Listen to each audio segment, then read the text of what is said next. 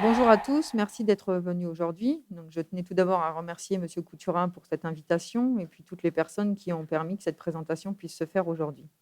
Donc, je suis Claire Després, je suis psychomotricienne. J'exerce maintenant depuis plus de 15 ans. J'ai commencé mon activité professionnelle en métropole. J'ai eu l'occasion de travailler avec des enfants qui présentaient une déficience motrice, une surdité, avec des adultes en psychiatrie et avec des personnes démentes. Puis je suis arrivée en Polynésie il y a maintenant plus de 10 ans. J'ai commencé à exercer d'abord à l'IME avec des enfants présentant une déficience intellectuelle.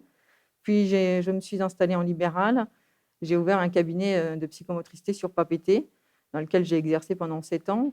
Et puis en parallèle, j'ai travaillé dans différentes structures, associations du territoire sur Tahiti et Moorea, avec des enfants présentant des troubles variés de type déficience intellectuelle, troubles des apprentissages, troubles du comportement et de la relation. Maintenant, ça fait 4 ans que j'exerce au centre de consultation spécialisé en hygiène et en santé scolaire. Et c'est dans ce cadre que j'ai été invitée à participer à ce projet, en fait.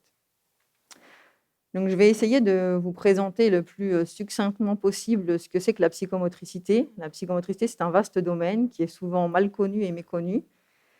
Et on continue toujours à l'heure actuelle, quand on me demande ce que je fais comme profession, de me répondre psycho quoi.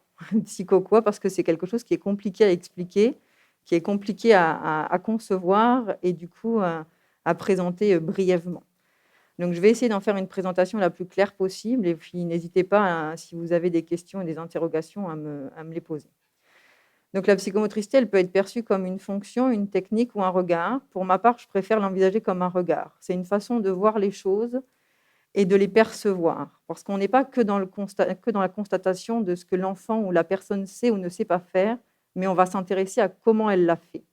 Et dans ce document que vous allez devoir remplir, ce qui va vous être demandé de fait essentiellement, c'est d'observer ce que l'enfant fait et comment il le fait, comment il s'organise, comment il appréhende les choses, comment il vit son corps, comment il s'organise dans son espace et dans son temps.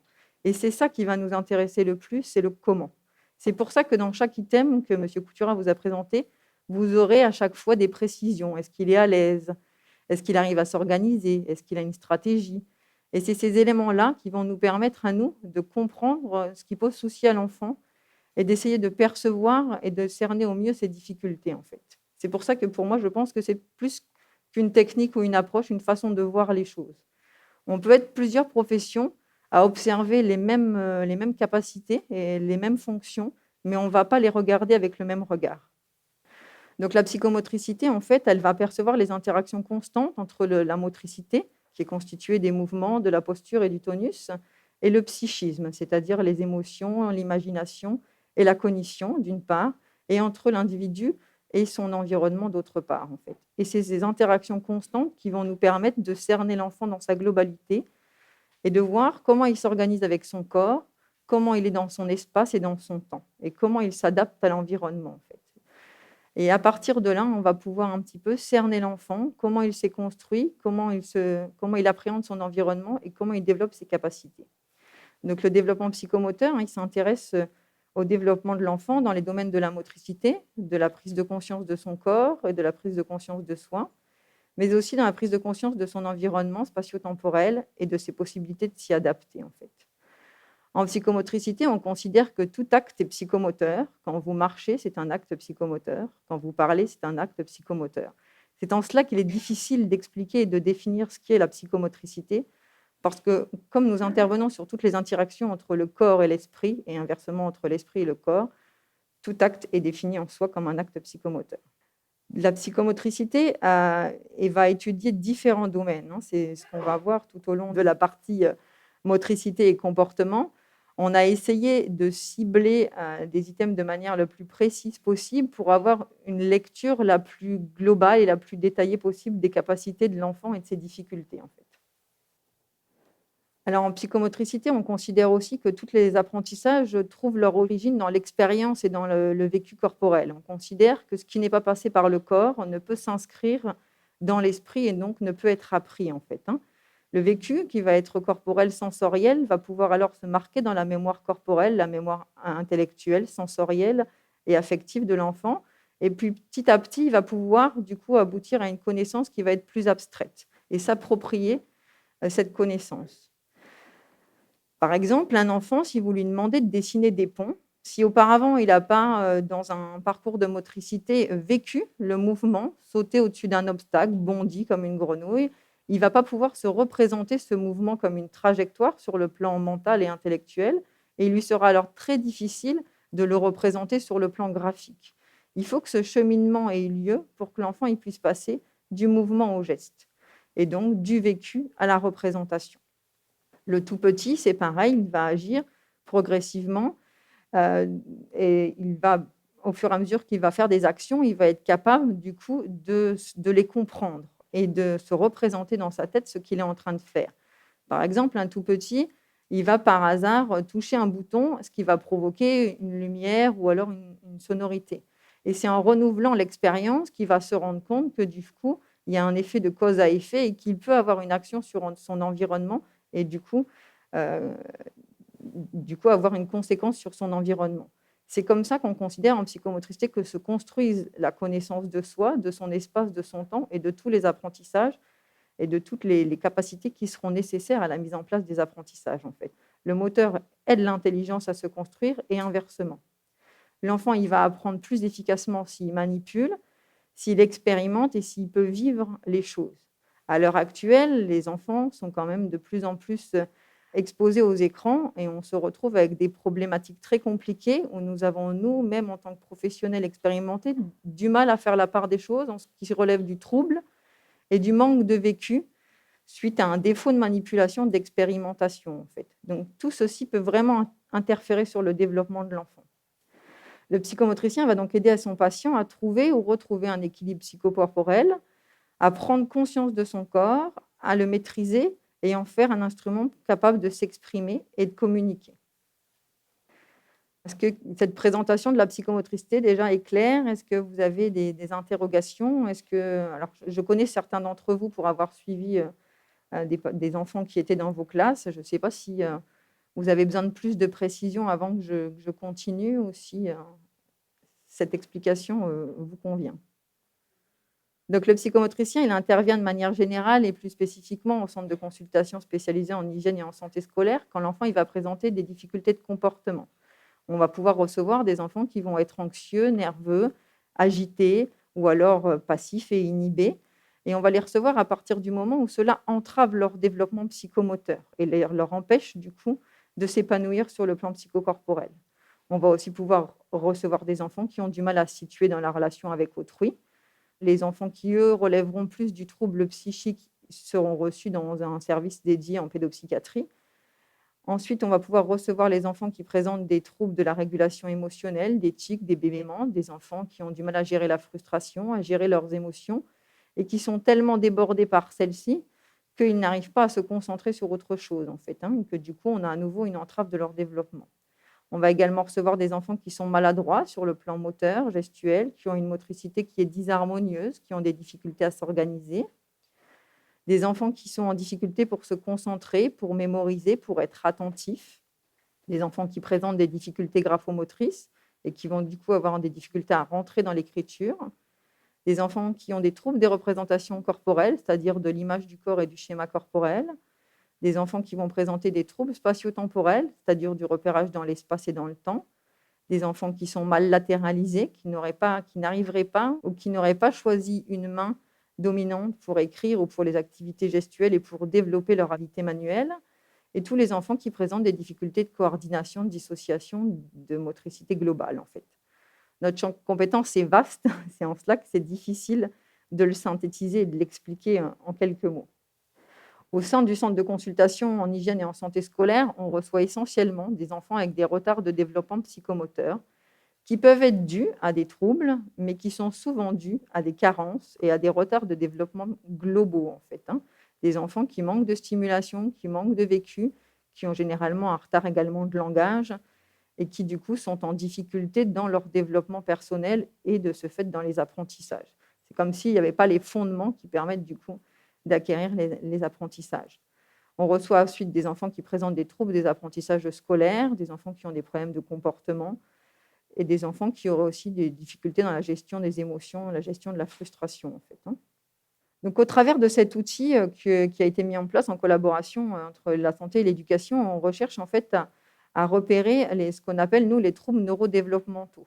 Parce qu'en fait, les enfants qui présentent des retards globaux, c'est-à-dire les enfants qui sont en difficulté un peu partout, ils nous sont très souvent adressés et c'est la majeure partie de notre consultation. Mais notre travail, normalement, ne se restreint pas à ce type de problématiques et nous sommes plus spécialisés pour prendre en charge les enfants avec des troubles neurodéveloppementaux. On a certains de ces enfants qui vont souvent passer un peu inaperçus parce qu'ils auront un fonctionnement cognitif qui pourra être adapté, mais ils seront en difficulté dans un seul domaine et dans un domaine très spécifique. Du coup, à côté de celui qui sera en retard un petit peu partout, il va un peu passer inaperçu. C'est pour ça que le ciblage sur lequel on a travaillé dans la partie motricité et langage est très fourni en items et en détails. C'est pour justement avoir le plus de données possibles pour cerner au mieux les difficultés de l'enfant. Donc, les troubles neurodéveloppementaux, ce sont des troubles qui se caractérisent par une perturbation du développement cognitif ou affectif de l'enfant et ça entraîne un retentissement important sur son fonctionnement cognitif, sur son fonctionnement scolaire, social et familial, en fait. Ces troubles, ils apparaissent précocement dans la petite enfance et les signes d'appel, on les retrouve avant la fin de la scolarité en maternelle. Les troubles neurodéveloppementaux, ce sont des troubles qui traduisent un dysfonctionnement du cerveau et qui ne sont pas liés à ce que je disais tout à l'heure, c'est-à-dire à un manque de stimulation, à un environnement carencé ou carentiel et qui ne peuvent pas être du coup mis sur ce compte-là, en fait. Ce sont, dans la majeure partie des cas, hormis pour la déficience intellectuelle, qui fait partie des troubles neurodéveloppementaux, des enfants qui ont une intelligence normale, mais qui sont en difficulté dans un domaine en particulier, en fait. Donc, dans les troubles neurodéveloppementaux, on a tout ce qui concerne les troubles du développement de la communication et des interactions sociales. À l'heure actuelle, c'est ce qu'on appelle les troubles du spectre autistique. En métropole, on parle d'autisme. C'est réducteur, il y en a beaucoup en fait. Donc, c'est tous les enfants qui vont avoir du mal à être en relation avec l'autre, en interaction avec l'autre et qui vont être en difficulté du coup de leur communication, qu'elle soit verbale ou non verbale. Pour ce type de trouble, ce qui va nous intéresser, ça va être tous les items qui vont concerner le vivre ensemble et donc les items du comportement, de la relation, de l'attention et de l'impulsivité.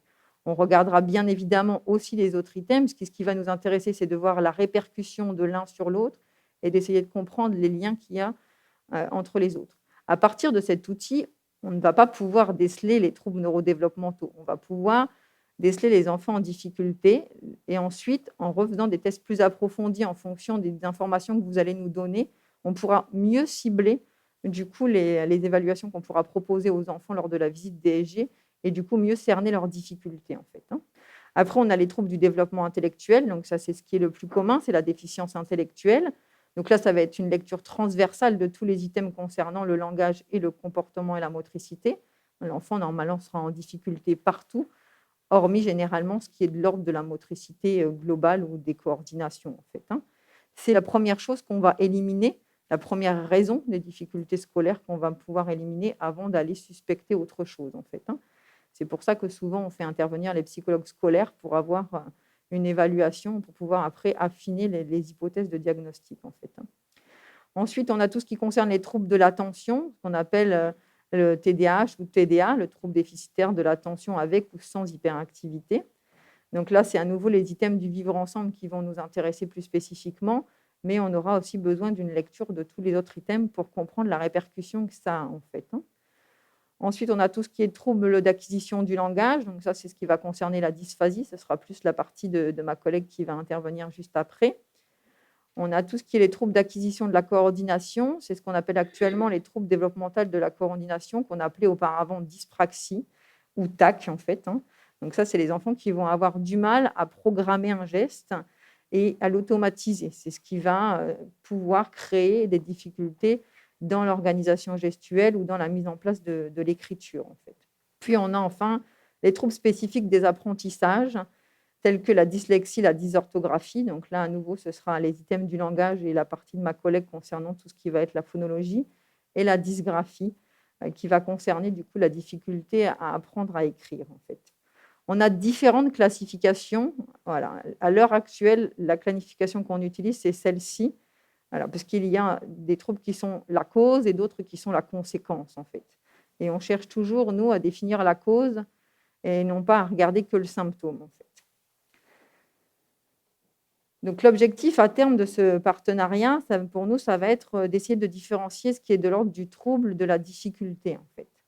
Les difficultés, elles sont souvent liées à un contexte qui soit familial, social, scolaire, hein, l'enfant, hein, et qui ne rentre pas dans les troubles neurodéveloppementaux. Ça veut dire qu'on va avoir des enfants qui ne vont pas être dans un milieu propice au développement du langage ou au développement psychomoteur, qui n'auront pas les bases pour l'acquisition des apprentissages et des bases de l'apprentissage, en fait.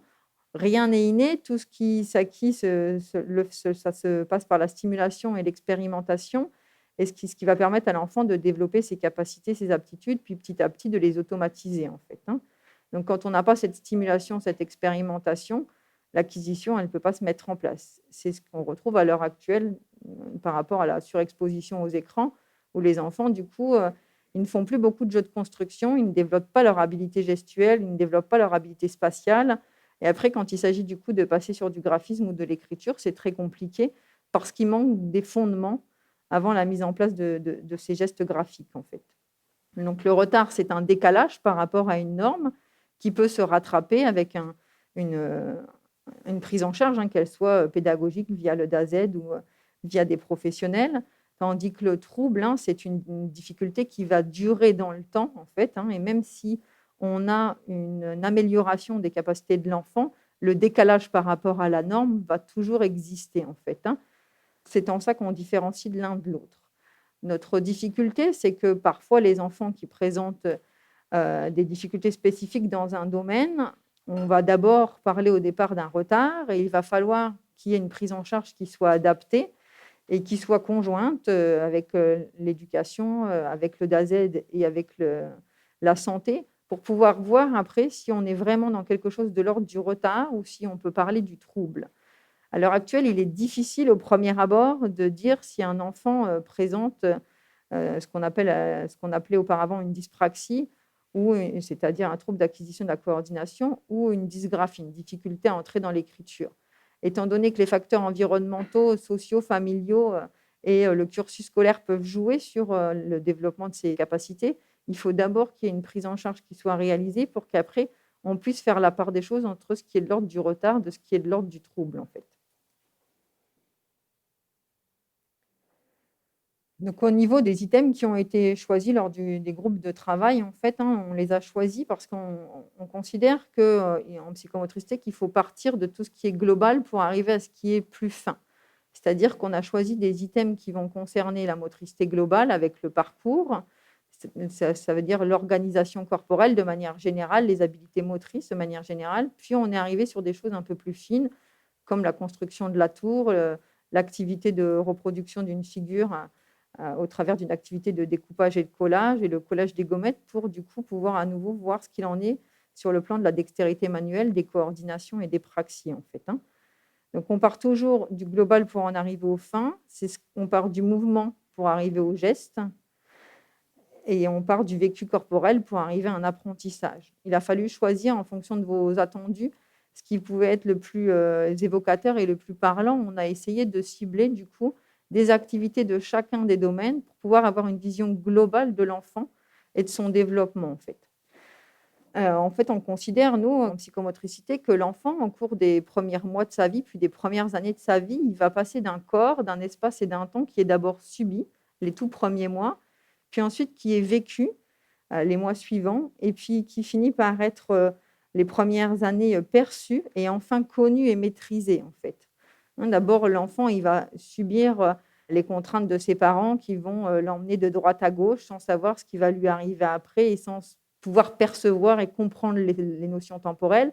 Puis petit à petit, il va pouvoir avoir des repères et du coup percevoir les choses et ensuite les connaître. C'est pareil sur le plan spatial et sur le plan corporel, en fait, hein. Donc l'objectif de tous ces items, c'est d'avoir cette lecture globale en partant de la motricité globale, en passant par ce que vous appelez généralement la motricité fine, que nous, on va appeler les praxies, les coordinations ou la dextérité manuelle, et en allant vers quelque chose de plus fin, qui est le graphisme, en fait, hein, et l'écriture par la suite, pour ceux qui pourraient rentrer rapidement dans l'écriture. On va regarder aussi tout ce qui est de l'ordre du spatial au travers de la construction du puzzle et des notions spatiales, tout ce qui est de l'ordre du spatio-temporel et de la logique, avec l'algorithme et la construction du puzzle. Ces activités qui peuvent peut-être paraître basiques sont les premiers signes de construction de la pensée et de mise en place du raisonnement et de la logique, et ils vont nous permettre de voir déjà si l'enfant arrive à structurer sa pensée et à penser, en fait. Et après, on va aussi s'intéresser à tous les items du vivre ensemble pour avoir des données sur le plan relationnel, comportemental et attentionnel, en fait. Donc, l'objectif de tout ça, en fait, c'est de pouvoir, comme le disait M. Couturin, repérer précocement les difficultés des enfants pour pouvoir les prendre en charge. La seule nuance que je pourrais apporter, c'est par rapport aux questions qui ont été posées tout à l'heure, c'est que si l'enfant est en grande difficulté et qu'il présente un retard global, c'est-à-dire qu'il est en difficulté dans tous les apprentissages, dans le langage, dans sa motricité, dans son comportement, c'est très souvent lié à des difficultés contextuelles, familiales, sociales, éducatives. Et dans ce cas, nous ne serons très probablement pas dans le trouble, et la prise en charge, si elle doit se faire via nos services et via la psychomotricité et l'orthophonie, elle ne pourra se faire que conjointement avec une prise en charge pédagogique et un soutien d'A à Z. Parce que ces enfants ne relèvent pas du soin et normalement, nous ne sommes pas censés les prendre en charge. Ils arrivent bien souvent dans nos cabinets et dans dans nos bureaux parce qu'ils sont en grande difficulté et qu'il est difficile pour chacun de trouver comment les aider. Mais pour qu'il y ait une évolution possible, il faut que la prise en charge elle soit intensive, régulière, et que le partenariat il soit mis en place entre l'éducation et la santé. À la différence, le trouble, ça va être une difficulté qui va être isolée dans un domaine donné. Si je parle de ma partie et de ce qu'on appelait auparavant la dyspraxie, le trouble d'acquisition de la coordination, en fait, l'enfant va avoir une intelligence normale. Il va être capable de mettre en place des raisonnements, de réfléchir, de penser, mais il va être en difficulté dès lors qu'on va faire appel à quelque chose de l'ordre de la construction. Il va être en difficulté dans la réalisation d'un puzzle, il va être en difficulté dans la manipulation, dans l'organisation gestuelle. Ça va être souvent un enfant qui va être maladroit dans son corps, qui va réussir à faire les items du parcours de motricité, mais qui va être un peu gauche, qu'on va sentir un petit peu pâteau, entre guillemets. Et c'est ces enfants-là qu'on cherche aussi à dépister via cet outil pour pouvoir les aider et les prendre en charge plus précocement. Parce qu'en maternelle, ce sera peut-être de la gaucherie, de la maladresse, du manque d'organisation, mais plus les apprentissages vont se construire et plus les difficultés vont s'accroître. Et quand il faudra rentrer dans l'écriture, mettre en place des choses en géométrie, en géographie, ce sont des enfants qui vont se retrouver en grande difficulté parce qu'ils auront des difficultés d'organisation, d'espace, de praxis, de coordination, en fait. Donc, c'est ça qu'on cherche à dissocier, c'est tous les signes d'appel, de tout ce qui va être de l'ordre des troubles neurodéveloppementaux pour pouvoir, du coup, ne pas dépister que ces enfants en très grande difficulté qui relèvent du retard global, mais aussi les enfants qui vont présenter un trouble spécifique dans un domaine donné, en fait. Ce sont souvent ce qu'on appelle les troubles invisibles ou les handicaps invisibles et qui, du coup, peuvent passer au travers des mailles du filet. En fait. Voilà pour ce qu'il en est de ma présentation. Je ne sais pas si vous avez des questions et des interrogations par rapport à celle-ci. Donc, suite à des observations qui nous laisseraient supposer qu'il y aurait un trouble qui relèverait de la psychomotricité, comment doit-on faire? Est-ce qu'il passe par le médecin scolaire, en fait, pour prendre contact avec la psychomotricité? C'est ça. Alors, on n'a pas encore défini les modalités par rapport à ce que vous allez remplir et à comment ça va revenir jusqu'à nous, en fait. Mais l'idée, c'est ça, c'est que dès que vous interrogez par rapport à un enfant, que vous puissiez nous interpeller le plus rapidement possible. Pour ça, il ne faut pas attendre la visite systématique des SG. C'est vrai que fréquemment, on entend les médecins nous dire que l'enseignant il a repéré des enfants en difficulté, mais qu'il attendait qu'ils viennent faire sa visite systématique. Le souci, c'est que la visite systématique, elle débute généralement en janvier, mais qu'en fonction des aléas de la santé et de ce qui se passe aussi dans le milieu médico-scolaire, les médecins peuvent être amenés à travailler en même temps sur d'autres choses, comme le coronavirus, comme les enquêtes tuberculose, etc., ce qui repousse les visites systématiques de SG et qui, du coup, ont parfois lieu qu'en avril ou en mai de l'année de SG, ce qui est bien sûr trop tardivement à mon goût. Donc, je vous invite, quand vous êtes en difficulté, à interpeller le médecin scolaire dès que vous posez des questions pour qu'ils puissent du coup recevoir l'enfant ou inviter la famille à prendre rendez-vous via notre secrétariat avec le médecin scolaire référent de votre école pour que le médecin scolaire du coup puisse faire une consultation plus ciblée et définir si ça relève de la psychomotricité, de l'orthophonie ou d'autres choses en fait. Mais il ne faut pas attendre les visites systématiques, comme il ne faut pas attendre qu'ils soient en SG. Si vos collègues repèrent des choses en SG, adressez les enfants en SG. Si vos collègues repèrent des choses en SP, adressez les enfants en SP. Voilà, ma direction n'est pas là, mais jusque-là, on avait des prérogatives sur recevoir les enfants en SG. Moi, depuis que je suis dans ce service, je bataille pour recevoir les enfants le plus précocement possible parce que je considère que la psychomotricité, c'est les fondements, les bases pour les apprentissages et pour la relation à l'autre et la communication. Et que si elles ne sont pas en place, les apprentissages ne se mettront que très difficilement en place. Et le retard, plus on l'accumule, plus il est difficile à rattraper, en fait. Alors, si j'ai bien compris, lorsqu'il y a trouble, généralement, c'est isolé dans un domaine. C'est bien ça? Oui. Est-ce qu'il est possible, est-ce qu'il arrive qu'un élève peut présenter plusieurs troubles Oui, on peut avoir ce qu'on appelle une comorbidité, c'est-à-dire qu'on va avoir à l'origine une difficulté spécifique qui va engendrer d'autres difficultés. C'est-à-dire qu'un enfant qui présente un trouble développemental de la coordination, ce que vous avez sûrement entendu sous l'appellation de dyspraxie, c'est un trouble neurodéveloppemental et c'est généralement une cause. En conséquence, on peut avoir une dysgraphie, c'est-à-dire une difficulté dans l'acquisition du geste graphique. Ça peut avoir des retentissements sur la lecture, mais aussi sur l'acquisition en mathématiques dans les cas les plus sévères.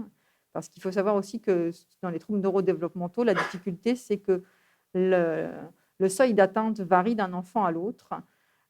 Et que du coup, on a des enfants qui vont avoir une atteinte légère et d'autres une atteinte beaucoup plus sévère et que ça ne va pas interférer forcément sur les mêmes domaines en fait.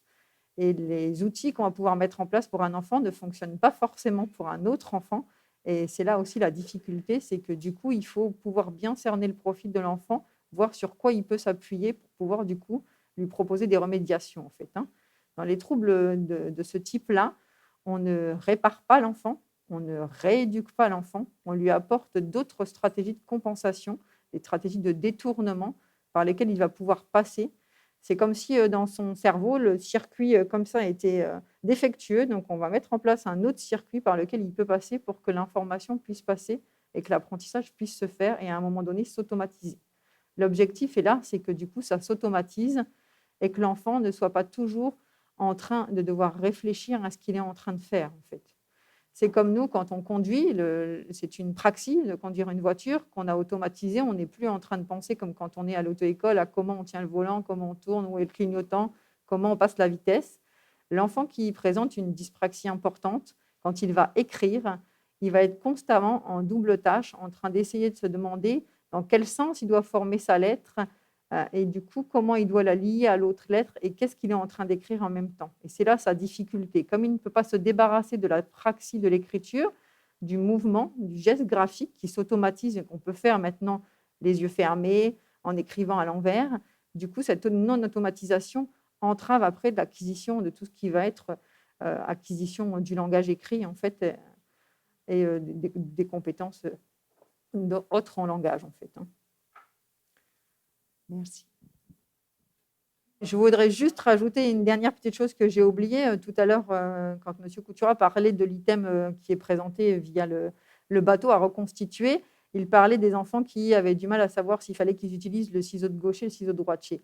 Je rajouterais qu'il ne s'agit pas que de ça. Il s'agit aussi de l'enfant qui ne va pas du tout savoir comment utiliser un ciseau, qui va prendre le ciseau en faisant comme ça et qui ne va pas savoir placer ses doigts et qui ne va pas savoir s'organiser avec l'outil. Parce que ça, si c'est une praxis qu'on apprend, au même titre que l'écriture, qu'apprendre à utiliser une règle, à faire ses lacets, à manger, etc. Et à nouveau, ce qui va nous intéresser, c'est de voir si l'enfant, avec un petit entraînement, il peut automatiser ce geste et du coup, il peut utiliser les outils de façon adaptée. Pareil pour la colle, est-ce qu'il arrive à enlever le bouchon? Est-ce qu'il arrive à dévisser s'il s'agit d'un tube de colle? C'est tout ça qui nous intéresse et c'est pour ça que j'avais insisté sur ce qui nous intéresse en psychomotricité. Ce n'est pas tant la réussite, mais c'est comment c'est fait. Parce que vous verrez qu'il y a des enfants qui vont réussir les items qui sont proposés, mais que si vous portez votre attention sur comment c'est fait, et là, vous allez voir que finalement, ça ne correspond pas à la façon dont vont faire la grosse majorité de la classe, en fait. Oui. Il se trouve que dans ma classe, depuis l'année dernière, Oui. j'ai eu un enfant qui présente en fait une dysphasie du langage. Alors ça va être le domaine de compétence de ma collègue orthophoniste Ok.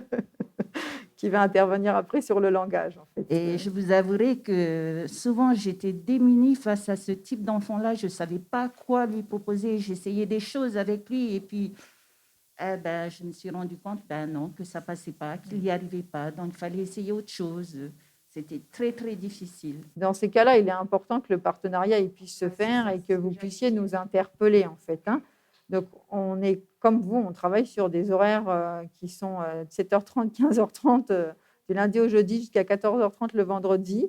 On est souvent en consultation avec nos patients. Il ne faut pas hésiter à nous envoyer un mail pour nous interpeller ou à laisser un message à notre secrétariat en laissant vos coordonnées pour qu'on puisse vous rappeler, en fait, ou à passer via le médecin scolaire.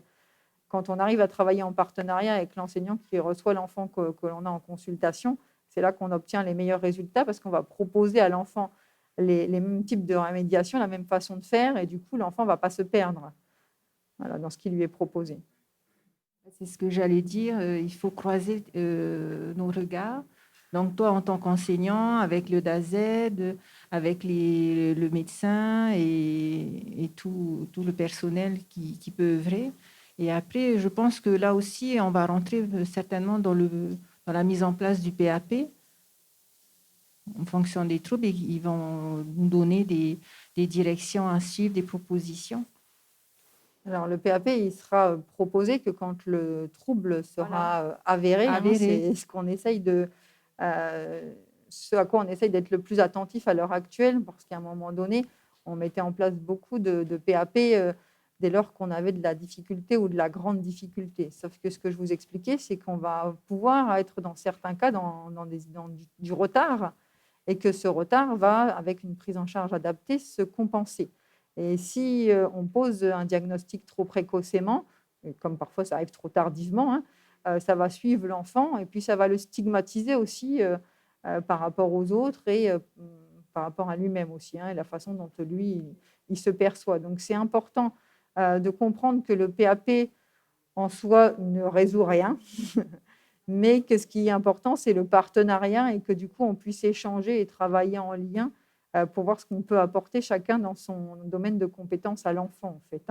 Le PAP, il va souvent intervenir soit quand l'enfant est à un certain âge et que du coup, il a un certain nombre d'années de retard par rapport à l'acquisition qui aurait dû être faite. Je pense par exemple à la lecture. Si un enfant en CE2 et qui ne sait toujours pas lire, on va pouvoir s'avancer pour dire qu'on peut être dans le cadre d'une dyslexie. En ce qui concerne la dyspraxie, on va souvent attendre d'avoir une prise en charge, de voir s'il y a une résistance ou non à la prise en charge.